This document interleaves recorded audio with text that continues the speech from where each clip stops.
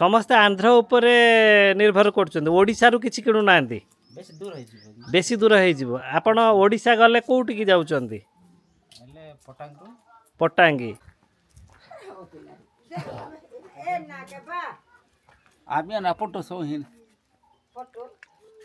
ହେଲା ଚାଲ ଚାଲ। 10 ବର୍ଷ ଆଗରୁ ସେ ଗାଁରେ ଲୋକ ରହୁଥିଲେ। 10 ବର୍ଷ ଆଗରୁ ଗୋଟେ 15-16 ସେ ଗାଁ ଘରେ ଥିଲା। 15-16 ଘର ଥିଲେ। ଏବେ ଜଣେ କେହି ବି ରହୁନାହାନ୍ତି। ଜଣେ ବି କେହି ନାହିଁ। ଘର ସବୁ କ'ଣ ଭାଙ୍ଗି ଯାଇଛି? ହ୍ୟାଲୋ ଭାଇ ନମସ୍କାର, ମୁଁ ସତ୍ୟବ୍ରତ ଆପଣ ସମସ୍ତଙ୍କୁ ପୁଣି ଆଉ ଏକ ନୂଆ ଭିଡ଼ିଓରେ ସ୍ୱାଗତ ଜଣାଉଛି। ମୁଁ ଆଜି ଓଡ଼ିଶାର ବହୁ ଚର୍ଚ୍ଚିତ କୋଟିଆର ଏକ ଗାଁକୁ ବୁଲି ଯାଉଛି। ଏ ଗାଁଟି ହେଲା ହରମାଣ୍ଡିଙ୍ଗି। କୋରାପୁଟ ଜିଲ୍ଲା ପଟାଙ୍ଗୀ ବ୍ଲକ ହେଡ଼କ୍ୱାର୍ଟର ଠାରୁ ପାଖାପାଖି 50 କିଲୋମିଟର ଦୂରରେ ରହିଛି ଏ ଗାଁ। ସେହିପରି କୋଟିଆ ଗ୍ରାମ ପଞ୍ଚାୟତ ଅଫିସ ଠାରୁ 22 କିଲୋମିଟର ଦୂରରେ ରହିଛି ଏହି ଗାଁ। ଆନ୍ଧ୍ର ସୀମାନ୍ତ ଏହି ଗାଁଟି ଓଡ଼ିଶାର ଶେଷ ଗାଁ। ଏହି ଗାଁ ପରେ ଆନ୍ଧ୍ରପ୍ରଦେଶ ଆରମ୍ଭ ହୋଇଯାଉଛି। ଏହି ଗାଁରେ 70ରୁ 80 ଘର ଅଛି। ଗାଁର ସମସ୍ତେ ଆଦିବାସୀ ସମ୍ପ୍ରଦାୟର। ଏହି ଗାଁରେ ଆଜି ପର୍ଯ୍ୟନ୍ତ ଓଡ଼ିଶା ସରକାର ସ୍କୁଲଟିଏ ଖୋଲିପାରି ନାହାନ୍ତି। ଗାଁର ଛୋଟ ଛୋଟ ପିଲାମାନେ ଆନ୍ଧ୍ରରେ ପାଠ ପଢ଼ୁଛନ୍ତି। ଏହି ଗାଁର ଲୋକମାନଙ୍କର ଜୀବିକା କହିଲେ ଚାଷ କାମ, ନହେଲେ ଆନ୍ଧ୍ରରେ ଯାଇ କୁଲି ମଜୁରୀ କରୁଛନ୍ତି।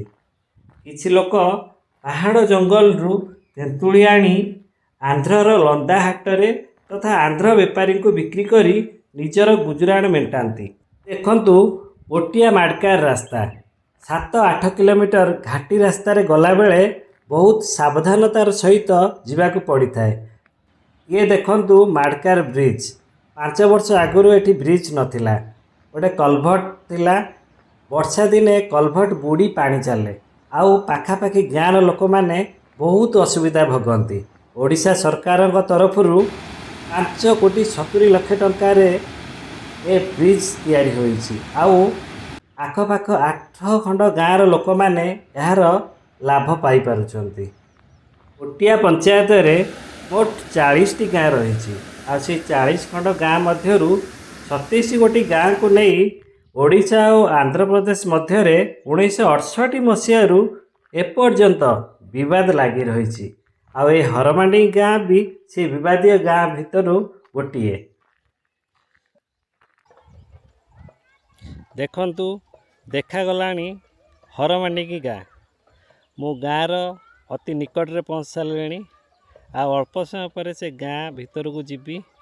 ଆଉ ସେ ଗାଁର ଲୋକମାନେ କେମିତି ଚଳୁଛନ୍ତି, କେମିତି ଗାଁରେ ରହୁଛନ୍ତି, ସେମାନଙ୍କର ଜୀବନ ଜୀବିକା କ'ଣ, ମୁଁ ସେ କଥା ଟିକିନିକ୍ ଆପଣମାନଙ୍କୁ ମୋର ଏଇ ଭିଡ଼ିଓ ମାଧ୍ୟମରେ ଦେଖେଇବି।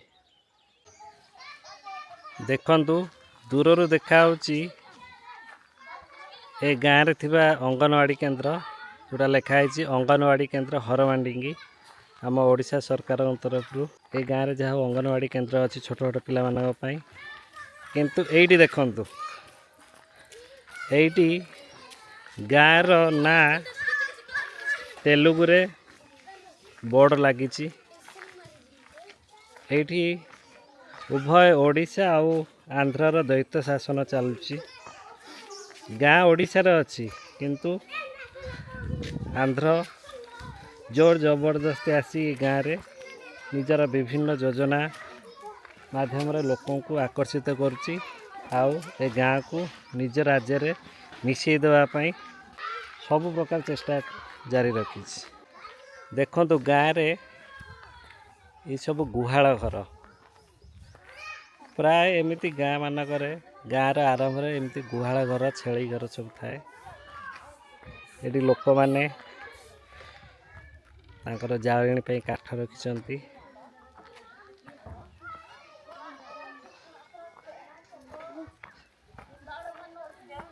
ସେ କ'ଣ ମାଣ୍ଡିଆ? ମାଣ୍ଡିଆ ଓହୋ, କ'ଣ ହେଉଛି? ସଫା କରୁଛନ୍ତି? ଭାଇ ଆପଣଙ୍କର ଏ ଗାଁ ହରମାଣ୍ଡିଙ୍ଗି, ଏଇଠି କେତେ ଘର ଅଛନ୍ତି?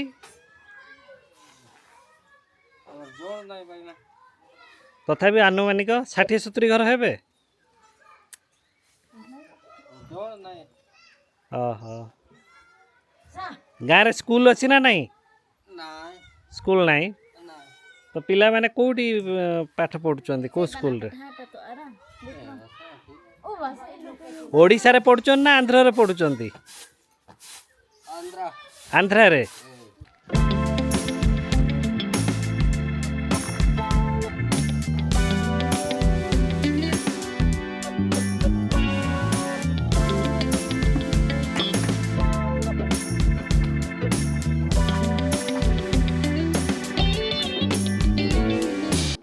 ଆପଣମାନେ ସବୁ କେମିତି ଅଛନ୍ତି? ଭଲ ଅଛନ୍ତି? ଓଡ଼ିଆ ଜାଣିବେ ନା ନାହିଁ? ସେ କ'ଣ?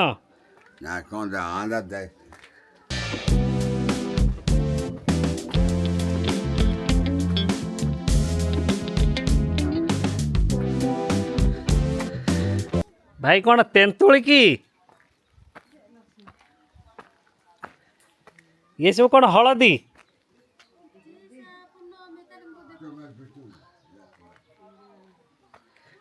କ'ଣ ତେନ୍ତୁଳି ଅମଳ ହେଉଛି କି? ଦେଖନ୍ତୁ ଗାଁ ଲୋକମାନେ ହଳଦୀକୁ ଶୁଖେଇଛନ୍ତି ବିନା ସାରରେ। এই যে অর্গানিক হলদী ସେମାନେ ଉତ୍ପାଦନ କରୁଛନ୍ତି ଆଉ ତାକୁ ବିକ୍ରି କରୁଛନ୍ତି। ଆଉ ଏଇଠି ଦେଖନ୍ତୁ ତେନ୍ତୁଳି। ଏ ତେନ୍ତୁଳି ସବୁ କେଜି କେତେ ଟଙ୍କା ବିକ୍ରି ହେଉଛି?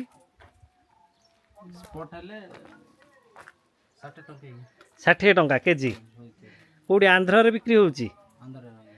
ଆଉ ଓଡ଼ିଶା ବେପାରୀ ନେଉଛନ୍ତି ନା? ନେବେନି। ଆନ୍ଧ୍ରରେ ତେନ୍ତୁଳି ତାଙ୍କର ଖାଦ୍ୟରେ ବେଶୀ ବ୍ୟବହାର ହୁଏ ବୋଲି ସମ୍ବର ଠାରୁ ଆରମ୍ଭ କରି ତାଙ୍କର ଯାବତୀୟ ଖାଦ୍ୟରେ ତେନ୍ତୁଳି ବ୍ୟବହାର ହୁଏ ବୋଲି ଏ ଗାଁର ଲୋକମାନେ ଜଙ୍ଗଲରୁ ତେନ୍ତୁଳି ଆଣିକି ବେପାରୀମାନଙ୍କୁ ବିକି ବେଶ କିଛି ପଇସା ଲାଭବାନ ହେଉଛନ୍ତି। ଏବେ ଗାଁରେ ଲୋକମାନେ ନାହାନ୍ତି, କୁଆଡ଼େ ଯାଇଛନ୍ତି? ମାନେ ଆନ୍ଧ୍ର ହାଟ।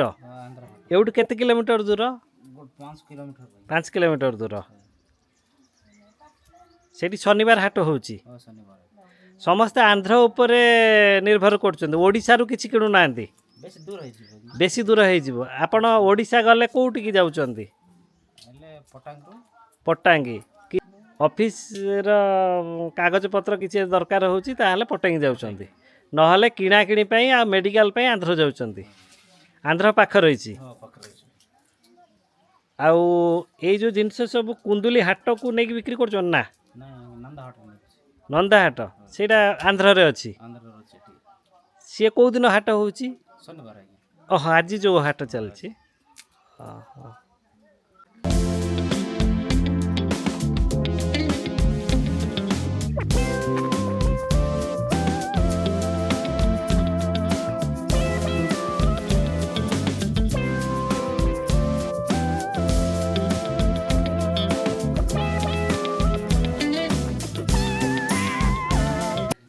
କ'ଣ ତେନ୍ତୁଳି ଛଡ଼ଉଛନ୍ତି?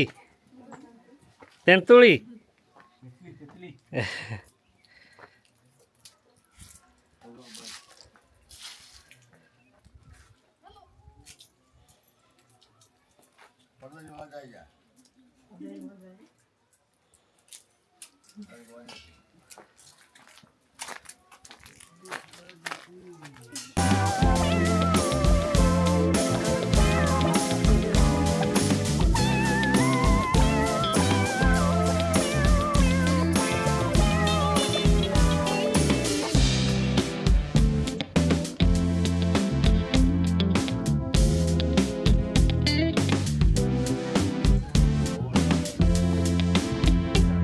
ଦେଖନ୍ତୁ ଆଜି ବି କେତେ ଦୟନୀୟ ସ୍ଥିତିରେ ରହୁଛନ୍ତି ଏ ଘରେ।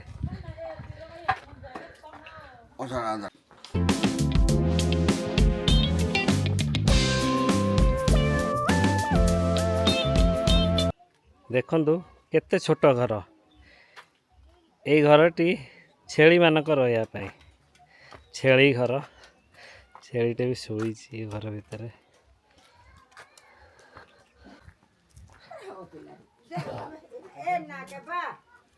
आदमी ना फोटो सो ही हेला के ହେଲା हां हां ଚାଲ ଚାଲ।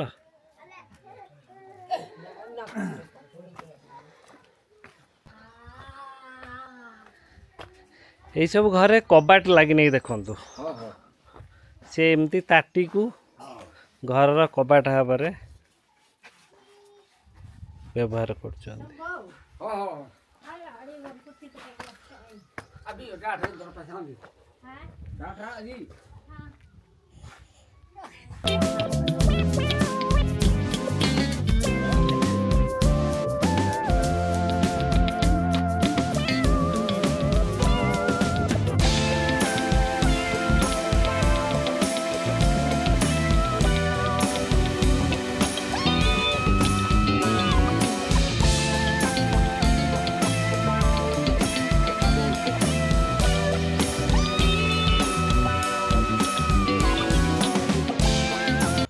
ମା ଖରା କାଟୁନି ଓଡ଼ିଆ ଇଏ ମା ବୁଝିବେ ନା ବୁଝିବେନି? हां बुझी ବୁଝିବେ? हां बुझी ଖରାରେ ବସିଛ ଖରା କାଟୁନି?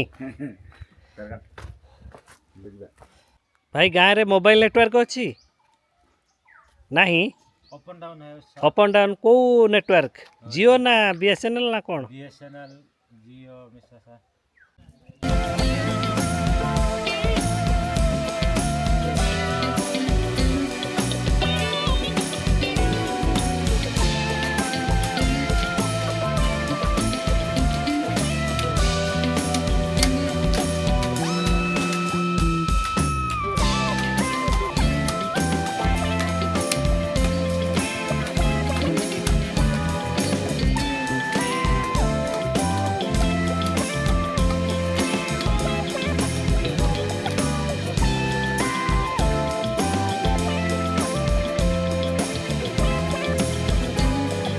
ତେନ୍ତୁଳି ଲାଭ ଦଉଛି? ଲାଭ ଦଉଛି କି ନାହିଁ?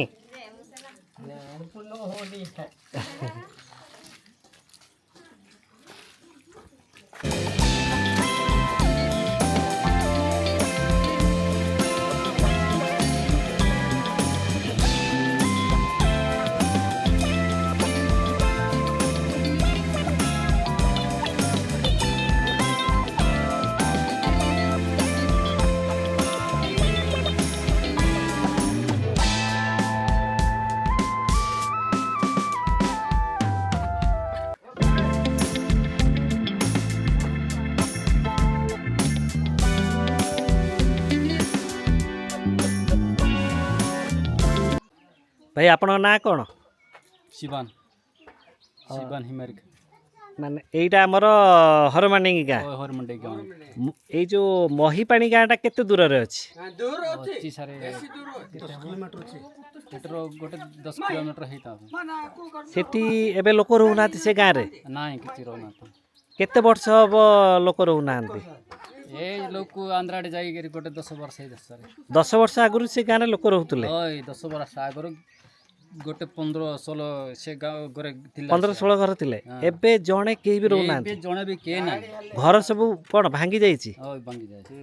ଆଉ କାହିଁକି ଲୋକମାନେ ଆନ୍ଧ୍ର ପଳେଇଲେ? ଏ ତାର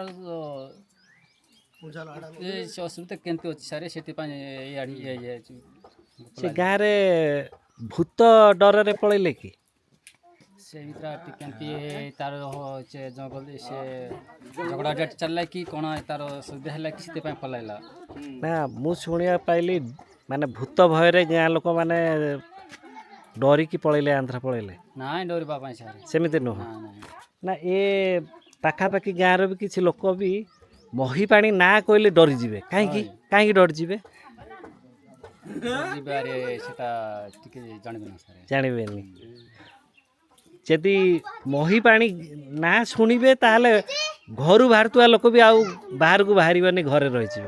ଘର ଠିକ୍ ନା? ହଁ ଠିକ୍ ସେଥିପାଇଁ ଏରି ସେ ମାଇପଣ୍ଡର ଲୋକମାନେ ବାନ୍ଧ ପଳାଇଲେ। ସେ ଆମେ ତ ଇଆଡ଼େ ସିଆଡ଼େ ପଳାଇଲୁ। ତୁମର ଗାଁ ଲୋକ ସେ ଗୋଟେ 10-15 ଜଣ ଯାଇକି ଏଠି ଘରେ ସେଠିର ରୁହନ୍ତୁ ବୋଲି କହିଲେ। ଆମେ ତ ଯାଇ ହେବୁ ନାହିଁ ସେଠି।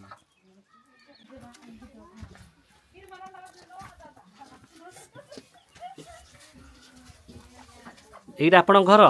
ଆପଣଙ୍କର ଏଟା ଓହୋ, ଏଇଠି ରୋଷେଇ ହେଉଛି?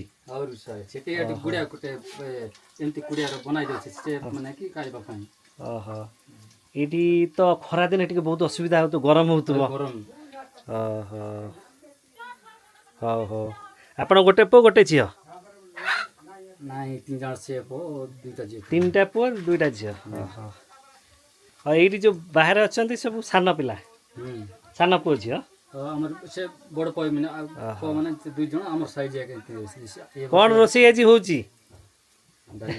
ଡାଲି ହେଉଛି। ଓହୋ, ଯଦି ମୋ ଭିଡ଼ିଓ ଆପଣଙ୍କୁ ଭଲ ଲାଗୁଥାଏ ତାହେଲେ ଭିଡ଼ିଓକୁ ଲାଇକ୍ କରିବା ସହିତ ଭିଡ଼ିଓରେ କମେଣ୍ଟ କରନ୍ତୁ, ଭିଡ଼ିଓକୁ ଅନ୍ୟମାନଙ୍କୁ ସେୟାର କରନ୍ତୁ ଏବଂ ମୋ ଚ୍ୟାନେଲକୁ ସବସ୍କ୍ରାଇବ୍ କରନ୍ତୁ ଓ ପାଖରେ ଥିବା ଘଣ୍ଟି ବଟନକୁ ଦବାଇ ଅଲ୍ ନୋଟିଫିକେସନକୁ ଅନ୍ କରି ରଖନ୍ତୁ, ଯାହାଫଳରେ ଯେତେବେଳେ ମୁଁ ଭିଡ଼ିଓ ଅପଲୋଡ଼ କରିବି ଆପଣମାନେ ସର୍ବପ୍ରଥମେ ଦେଖିପାରିବେ।